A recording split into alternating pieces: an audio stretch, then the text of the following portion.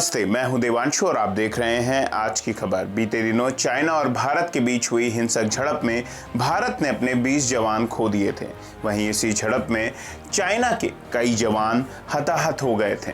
इसके बाद भारतीय दबाव के कारण अब चाइना झुक गया है। मेजर जनरल स्तर की हुई बैठक के बाद चाइना ने कई भारतीय सैनिकों को रिहा कर दिया है। देखिए विशेष रिपोर्ट।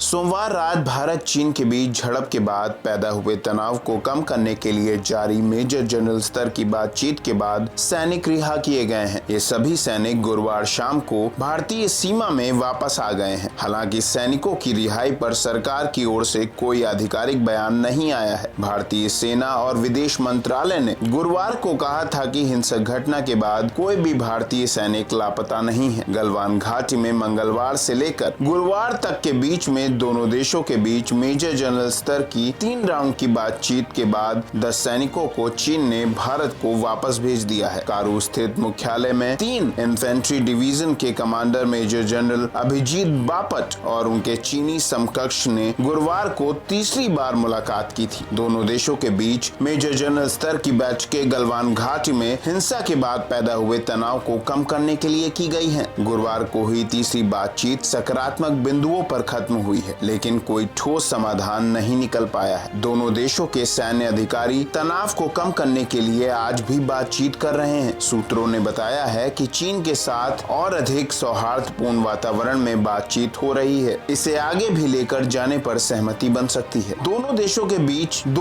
के बीच युद्ध के दौरान चीन ने किसी भारतीय सैनिक को पकड़ा था। वहीं सोमवार रात हुई हिंसक घटना के बाद 1975 में LAC पर ऐसी कोई घटना हुई थी। इससे पहले भी कई रिपोर्ट्स में यह दावा किया गया है कि भारत चीन के बीच हुई हालिया घटना के बाद कई भारतीय सैनिक लापता हैं। हालांकि सेना ने कहा है कि कोई भी भारतीय जवान लापता नहीं है। मेजर जनरल स्तर की बातचीत के बाद ये बात तो साफ है कि भारत लगातार चीन पर दबाव बना रहा है और वो इसमें काफी हद तक सफल भी रहा है।